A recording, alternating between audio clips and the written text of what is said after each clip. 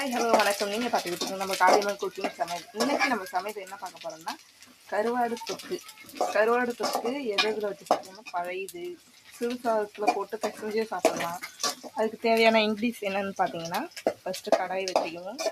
அதில் எண்ணெய் ஒரு 2 டீஸ்பூன் ஊற்றி கடுகு நல்லா பொரிஞ்ச உடனே வெங்காயம் நறுக்கி வச்சுக்கணும். பெரிய வெங்காயம், உங்களுக்கு சின்ன வெங்காயம் பிடிக்கும்னாலும் சின்ன வெங்காயம் போட்டுக்கோங்க.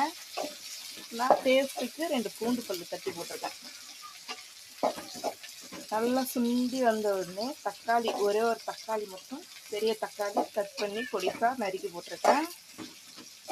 பாருங்கள், நல்லா வதங்கணும். அது வரைக்கும் கிண்டிகிட்ருங்க, இல்லைன்னா அடி பிடிச்சதுன்னா டேஸ்ட் மாறிடும். நல்லா கிண்டி விடுங்க.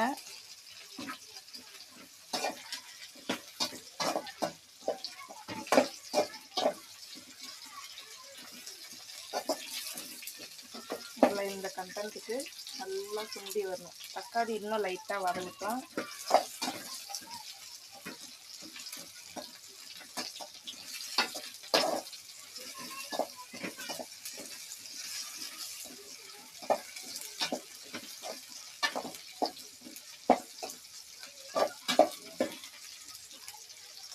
நம்ம சேனலை பார்த்துட்டு மட்டும்தான் இருக்கீங்க, சப்ஸ்கிரைப் பண்ணுங்கள், ஃபாலோ பண்ணுங்கள், ஷேர் பண்ணுங்கள், கமெண்ட் பண்ணுங்கள். உங்களுக்கு தெரிஞ்ச ரெசிபியை நம்ம சேனலுக்கு கமெண்ட் பண்ணுங்கள், சப்போர்ட் பண்ணுங்கள் ஃப்ரெண்ட்ஸ். இந்த ஸ்டேஜில் சிம்மில் வச்சுட்டு நான் ஒரே ஒரு கருவாடு தான், வாழை கருவாடு எடுத்துருக்கேன்.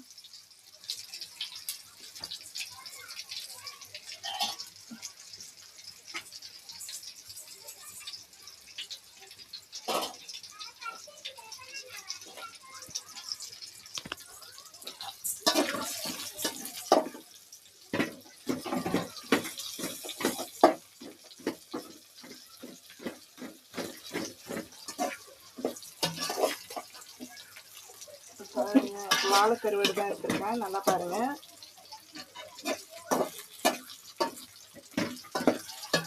உங்களுக்கு தலை வேணும்னா போட்டுருங்க, வேணாம்னா குழம்பு வச்சு சாப்பிடுங்க, நல்லா இருக்கும்.